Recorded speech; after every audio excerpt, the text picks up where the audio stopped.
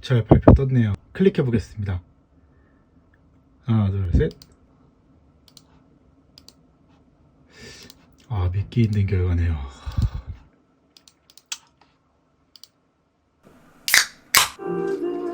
술 맛이 어떠냐? 아들. 아직 씁니다. 네, 2021년 첫 입찰 떨어졌습니다. 실주를 했는데요. 5업체 정도 들어왔는데 등수가 수주는 못할 수도 있다고 생각은 했지만 3위 밖으로 벗어날까라는 의문은 있었는데 웬걸 이거 꼴찌를 해버렸습니다. 가족들한테는 그냥 3등 정도 했다고 거짓말을 했고요. 차마 꼴찌했다고 얘기하면 걱정할까봐 얘기는 못했는데 이렇게 한번 크게 미끄러지면 저에 대한 신뢰가 스스로가 너무 좀 낮아지는 걸 느껴요. 이게 멘탈을 부여잡는 게 굉장히 힘겨운데요. 사실 뭐 이런 생각도 했어요. 이게 분명히 쓰다 보면 수주는 되거든요. 그러면 뭐 한 달에 한 건씩 그냥 수주하는 영상만 올려서 뭐 수주 천재 새끼남 이번에도 수주했다, 뭐 3억 수주 이런 식의 영상을 만들까라는 스스로의 유혹도 있었지만 사실 뭐 인생이 그런 건 아니잖아요. 뭐 제 경험상으로 저는 성공보다는 이제 실패가 더 많았던 것 같습니다. 그 실패의 순간이 왔을 때 때로는 슬럼프가 뭐 한 6개월도 가고 3개월도 가고 요즘에는 일주일 이내로 최대한 줄이려고 노력을 많이 하고 있는데, 이렇듯 실패를 겪었을 때 빨리 일어나서 다시 도전을 하면 되는 거잖아요. 그래서 결국 그 성취를 하게 되면 성공으로 이어지는 거고, 뭐 그런 마인드로 일하고 있음에도 입찰은 이렇게 떨어지게 되면 마음이 너무 착잡합니다. 그래서 앞으로 콘텐츠도 이런 식으로 다 보여드리려고요. 떨어지는 모습도 보여드리고 그러면서 성공하는 모습도 보여드리면서 함께 희노애락을 즐길 수 있는 콘텐츠를 만들도록 하겠습니다. 네, 지난 영상 너무 시청을 많이 해주셔서 위로 제안서는 떨어졌지만 위로는 많이 되었고요. 이제 그 힘 받아서 이번 영상도 촬영을 하도록 하고, 앞서 말씀드린 것처럼 바로 내일 브리핑이거든요. 그 브리핑은 제가 예상하는 등수 밖으로 벗어났다 그러면 당분간 이 컨텐츠는 하지 않겠습니다. 여러분께 괜히 제가 피해를 드릴 수 있는 거니까. 하지만 분명 잘 될 거라 믿으면서, 그래서 이제 오늘의 컨텐츠는 이제 지난 그런 말도 안 되는 성적을 어떤 생각을 가졌길래 그런 점수를 받았는지 스스로 피드백을 한번 해보고, 이제 이번 제안서는 어떤 식으로 보완을 해서 작성했는지 여러분들과 공유한 다음에 이제 내일 브리핑이 진행되고 그 결과까지 한번 공유해 드리면서 이 컨텐츠를 지속할 것인가에 대해서 한번 고민해 보도록 하겠습니다. 자, 그럼 바로 들어가도록 하겠습니다. 네, 오늘 피드백은요. 이제 먼저 RFP 체크를 어떻게 했고, 그리고 평가 항목 및 배점 체크는 어떻게 했으며 그에 따른 수주 전략은 무엇이었고, 이제 왜 실주했는지까지 한번 되돌아보는 시간을 갖도록 하겠습니다. 자, 먼저 이제 RFP를 이제 확인을 해야 되잖아요. 제안서를 작성하려면 이제 제안개요부터 이제 기타 부분까지 5목차로 이제 구성이 되어 있는데, 근데 이제 작성 방법 딱 보세요. 이거 진짜 간만에 엄청 빽빽한 내용들이었습니다. 이 정도면 빽빽한 거거든요. 저 같은 경우에는 이제 먼저 RFP가 이렇게 디테일할 때, 이때에는 보이시는 작성 방법, 발주자가 원하는 내용들이잖아요. 이 내용들의 디테일을 그냥 하나하나 다 작성을 합니다. 그리고 나서 이제 흐름을 잡는 스타일이고요. 대개의 경우 RFP가 이것보다는 가볍게 많이 나오거든요. 근데 그럴 때에는 막 디테일부터 잡진 않아요. 그때는 이제 큰 흐름, 어떻게 뭐 풀 것인가, 이제 큰 그림부터 그리고 디테일을 잡아가는 형식으로 제안서를 저는 작성을 하고 있고요.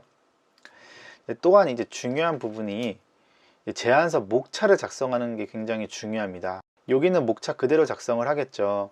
근데 이제 이것도 두 가지인데요. 먼저 요즘 추세는 이제 RFP에 준수해서 작성하라는 이제 발주자의 요청들이 많고, 뭐 주로 나오는 형식이고요. 뭐 때로는 이제 제안서 임의로 작성을 하여라는 경우도 있는데 요즘에는 조금 찾기 힘들었습니다. 자, 그러면 여기서 이제 뭐가 중요하냐?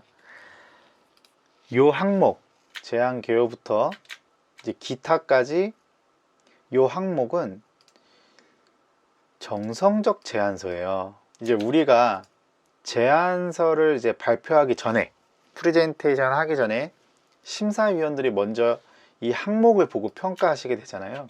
근데 이 부분은 뭐 프레젠터가 따로 설명을 하는 것이 아니기 때문에 읽기 편하도록 심사위원이 읽기 편하도록 구성이 되어 있는 순서예요. 이 순서를 일괄적으로 돼 있어야 뭐 다른 업체하고 심사위원들께서 비교하시기도 편하겠고요. 보통 우리가 이제 제안서를 제출하게 되면 정성적 제안서와 요즘에는 발표 자료를 이제 PDF로 온라인 제출이 가장 많거든요. 이때 뭐 용량은 온라인 제출이기 때문에 300MB를 준수해서 이제 정성적 제안서와 이제 발표 자료를 동시에 제출하는 요즘에 이제 이런 추세입니다. 자, 근데 정성적 제안서 목차대로 발표를 하게 되면 보세요. 이제 제안 개요 부분에서는 뭐 몰입이 될 수는 있어. 근데 갑자기 제안서 소개가 나오거든요. 근데 보통 브리핑 시간이 이제 10분에서 15분이에요. 뭐 제안서 페이지는 뭐 적게 나오면 뭐 60페이지에서 뭐 100페이지, 뭐 사업 규모에 따라서 뭐 150페이지, 200페이지까지 가는 경우도 이제 있습니다. 제가 주로 작성하는 이제 60에서 100페이지 경우에 예를 들게 되면 시간이 이제 보통 10분에서 15분 정도 주어지면 초반 도입 부분에 이제 심사위원들이 집중을 많이 하시거든요. 게다가 뭐 업체들이 뭐 예를 들어서 한 4-5개 정도 정상적으로 들어오면 또 집중력이 괜찮으신데 뭐 10개 업체 정도 들어온다 그러면 거의 똑같은 내용들이 나오거든요. 그래서 이런 거에 대한 전략도 굉장히 중요하고, 브리핑할 때에는 제안 개요, 뭐 이 제안 왜 목적 어떻게 제안했는지, 그 다음에 뭘 제안했는지가 바로 넘어가 줘야 되는데 갑자기 제안서 소개가 나오면서 흐름이 끊기게 되는 거예요. 그래서 정성적 제안서를 그대로 브리핑하는 것은 이거는 위험하다 라는 팁을 이제 시작하시는 우리 기획자분들께 말씀을 뭐 개인적인 의견을 드리고요. 네, 그렇기 때문에 저는 항상 그냥 3단계로 구성을 해서 브리핑을 하는 편입니다. 뭐 이제 사업의 이해도는 어땠고 이 사업을 위해서 우리는 이러한 전문성을 갖고 있다. 그래서 우리는 그 전문성을 토대로 프로그램을 제안하며 이 프로그램을 제안할 때 우리는 이러한 수익 능력이 있다. 끝으로 이제 사업관리 방안입니다. 라는 식으로 따로 이제 발표 자료의 목차를 만드는 형식으로 제안서를 작성하고 있습니다. 그리고 뭐 저마다의 스타일도 다르시겠지만 뭐 이렇게 회색 배경이나 뭐 아니면 배경 전반적인 디자인을 갖고 들어가시는 또 팀들이 있으세요. 저 같은 경우에는 그냥 보통 이렇게 그냥 깔끔하게 들어갑니다. 거의 백색으로 들어가고요. 뭐 강조하고 싶은 이미지가 있을 때는 뭐 검정색 배경도 사용하긴 하는데 웬만한 레이아웃은 그냥 깔끔하게 잡고 들어가고 있습니다. 이제 RFP 체크가 끝나면 이제 배점표 체크를 이제 들어가야겠죠. 이 배점표를 보고 이제 제안서의 수주 전략을 구성하게 되는데요. 기술 부분과 기획 부분에 배점이 많이 붙어 있어요. 뭐 대부분 그렇죠. 이 부분이 이제 프로그램 제안과 수행 능력이 되겠죠. 60점 만점인데 여기서 이제 뭐 수주권인 55에서 57점 정도 획득하려고 그러면 중요한 부분이 도입이에요. 이 도입에서 몰입력이 약하면 수주 포인트가 플러스 마이너스 2점 정도는 있다. 그래서 몰입이 더 중요하다는 부분이 있습니다.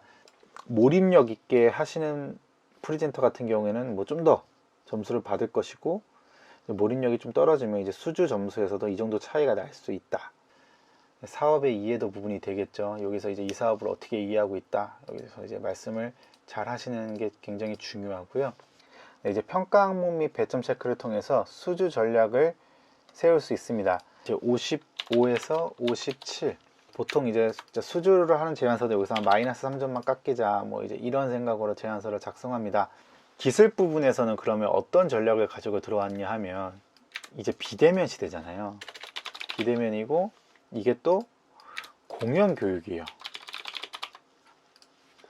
자, 그러면 오프라인으로 보는 것이 아니라 온라인으로 보는 것이기 때문에 크로마키 스크린을 활용하겠다.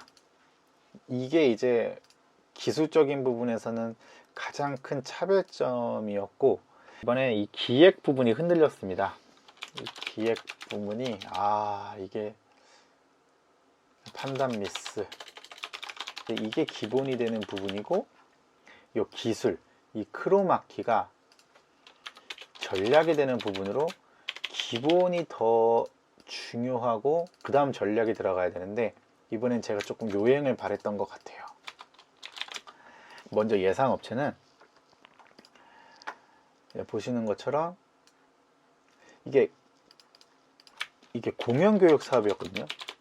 공연교육. 그래서 2020년 수주업체를 보니까 대부분 공연팀들이 많이 들어왔더라고요. 그러니까 2019년에는 어땠냐, 또 이때 수주한 업체가 공연 교육을 운영하는 업체였어요. 그럼 즉 우리는 포지션이 아예 공연팀은 아니고 공연 교육을 운영하는 팀이기 때문에 이거 가능성 있겠다. 왜냐하면 우리도 공연 교육 팀이니까. 게다가 2019년에 수주한 팀보다 더 유리하다고 생각했어요. 왜냐, 직접 어린이 뮤지컬을 기획한 실적이 있고, 또 이제 비대면 시대이기 때문에 영상이 중요하잖아요. 이 영상에 대해서도 3D 기술로 안전교육 영상을 제작한 실적이 있거든요. 그래서 뭐 여러모로 유리하다고 생각을 했습니다. 수주가 안 되더라도 이거는 뭐 2등이다. 이제 이런 느낌으로 작성을 했었습니다. 그래서 예상 업체에 대한 분석은 나쁘지 않았어요. 이번에 공연을 하는 업체가 들어왔거든요. 그래서 예상 업체까지는 맞았고, 이 전략도 뭐 나쁘진 않았다고 생각이 드는데, 차별화 전략으로 우리의 강점, 우리는 공연 교육팀이야. 그리고 이 사업은 단발성 공연이 아니라 연간 운영 사업이고, 우리는 여기에 대한 실적이 있어. 근데 이제 강점을 이제 이러한 식의 흐름을 잡았습니다. 약점은 인프라가 약했어요. 어떤 인프라? 이게 이제 뮤지컬이다 보니까 뭐 음악 감독, 조명 감독, 배우 리스트, 이 부분이 약하면 이 사업은 수주를 할 수 없는 사업이었어요. 이게 그냥 가장 기본적인 역량, 기업의 가장 기본적인 역량, 즉 기획 부분이 이제 기본이 되어야 되는데, 제가 이 요행 그냥 앞부분에 대충 이제 공연팀들이 많이 들어올 거니까 이거는 단순한 운영이 아니다, 연간 운영이기 때문에 학교와 커뮤니케이션도 중요하고, 뭐 스케줄 관리 또한 뭐 굉장히 중요하다. 이제 이런 부분을 얘기하면서 이제 우리의 강점들을 막 이야기를 했었거든요. 크로마키 기술 부분에 게다가 요즘에 또 비대면이야. 이 비대면에 대한 실적도 많아. 뭐 여러 가지로 수주의 당위성은 뭐 확실하다.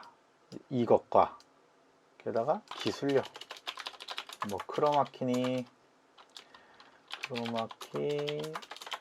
비대면 연출, 이러한 부분에 대해서 요행을 바랬던 것 같아요. 이 기본적인 부분이 안 돼 있으면 이 사업은 뭘 해도 안 되는 사업이었다. 이 점을 조금 뒤늦게 알았습니다. 자, 그래서 이제 쭉 보시면 이제 흐름은 이랬어요. 뭐 어린이 청소년 문화예술 전문가에 대한 뭐 Z세대의 특징으로 공연을 연출하겠다.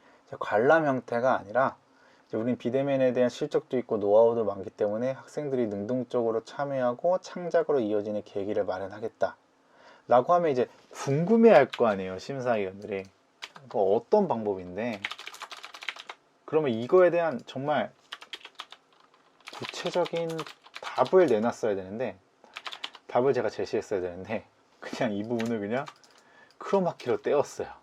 이 사업은 연간 운영 사업인데 우리 연간 운영 사업 굉장히 많았어. 그리고 또 그것뿐만 아니라 우리 콘텐츠와 아까 이제 말씀드린 3D 영상 개발과 뭐 그것뿐만 아니라 지역 돌아다니면서 우리 공연 같은 것도 굉장히 많이 했었다. 그래서 이제 공연 교육에 대한 강점을 제시를 했고, 이제 실패한 전략 크로마키.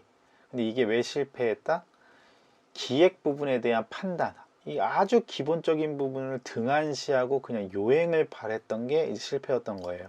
전년도 행사 보니까 이제 빔 프로젝트를 활용하는 연출에서 이제 무대 배우의 그림자가 뒤에 상에 맺힘으로써 학생들의 좀 몰입력이 떨어진다. 이제 이 부분을 보완하기 위해서 이제는 비대면 공연으로 공연 교육으로 연출이 돼야 되니까 크로마키 스크린을 활용하면 이제 꽉 찬 무대를 볼 수가 있다. 이제 이런 점을 얘기했었는데, 그래서 공연 무대는 이렇게 구성이 되어 있다. 그래서 실시간으로 크로마키 배경을 합성하여 가지고 이제 공연의 몰입감을 제고하겠다. 이제 이런 식의 연출 방법이었는데 여기가 이제 완전히 잘못됐죠. 이렇게 했으면 안 돼요. 정확히 뭐 초등학교에 참여하는 배우는 누구입니다. 중학교에 참여하는 배우는 누구입니다. 라는 식으로 냈어야 되는데 그냥 툭 던졌어요, 제가. 그리고 이제 가독성이 떨어지는 시나리오 각색. 설마 읽겠어? 이러한 생각으로 그냥 빽빽하게 작성했습니다. 그냥 오히려 읽지 말라고. 이걸 읽지 말고 우리 이러한 기술력 있으니까 우리 뽑아줘. 그냥 이런 느낌이었는데, 이거 완전히 실수였죠. 왜 실수했는가에 대한 이제 결론을 말씀드리겠습니다. 기본을 탄탄하게 하고 전략적으로 작성했어야 되는데 기본을 파악하지 못했어요. 이 각색 부분은 어차피 다 비슷하다. 그래서 그냥 어차피 안 읽으실 거니까 빽빽하게 쓰자 라는 식으로 가독성이 굉장히 떨어지는 각색으로 설정을 했고, 이게 가장 큰 잘못된 생각이었고요. 기획 부분이 힘을 받지 못하니까 전략 부분은 자연스럽게 배점으로 이어지지 못했던 그런 결과였던 것 같습니다. 네, 끝까지 시청해 주셔서 감사하고요. 다음 제안서는 더욱 잘 써서 보다 유익한 정보를 함께 나눌 수 있도록 하겠습니다. 감사합니다.